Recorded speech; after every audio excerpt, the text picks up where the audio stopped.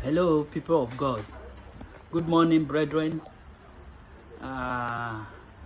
You know, the book of Ezekiel, that scripture, Ezekiel chapter 21, from verse 27, precisely. The scripture says, I will overturn it, and it shall be no more until he comes whose right it is, and I will give it him. It is God speaking there. And you know what it is when God has decided to speak like this.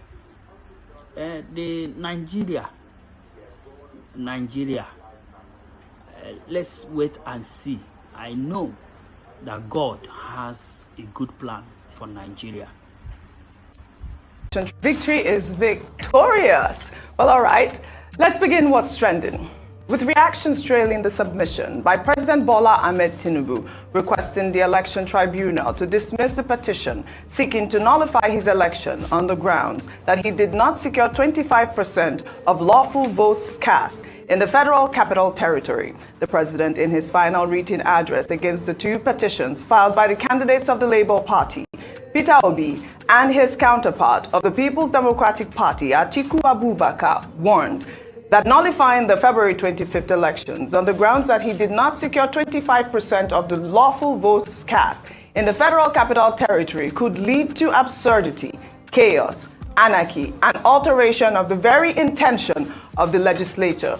Tinubu also stated that the two petitions seeking the nullification of his victory are not familiar with the country's electoral laws. Rufai, I'm coming to you, but let me take Carlos' tweet, because this is actually the bone of contention, because as you recall, our sister publication This Day put out a tweet, with that statement, and it's garnered more than 2.5 million comments. Well, Carlo wrote, the president of the largest economy in Africa is telling foreign investors that if the courts, in a legal ruling in his own nation, remove him from office because he failed to meet the conditions set by his nation to become president, there will be anarchy and chaos. In essence, if he is allowed to break the law and remain in office in contravention of the legal rules of his nation against the oath of office he took, there will be no chaos and anarchy. Over to you, Rufai.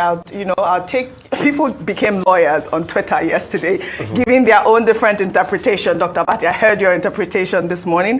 Rufai. For me, it is the court, the Presidential Election Tribunal, that will rule on the interpretation of the 25%. Yes. Whatever they come out with, for or against, I don't think interpretation of the laws of the country will cause any anarchy. Absolutely not. Fanning the embers and everything. I know that statement was from the depositions of his lawyer, President Tinubu's lawyer, Wole Olanipekun, because they are having their final depositions in before they make a judgment on it. It is for him to make his case. You can say he was making his case while he was arguing, but it is the court that will rule, and whatever the court rule, there's not going to be anarchy. I've heard a lot of people argue and said, oh yes, because the court of public opinion and all of that, it reads the body and temperature of the nation. The law is the law. If it rules for or against, the law will reign supreme. And it's not happened before, blah, blah, blah, blah, blah, blah, blah. Those are just conversations. Because it is still the courts that will rule. All we can call on the judiciary to do is to stand tall. Across board.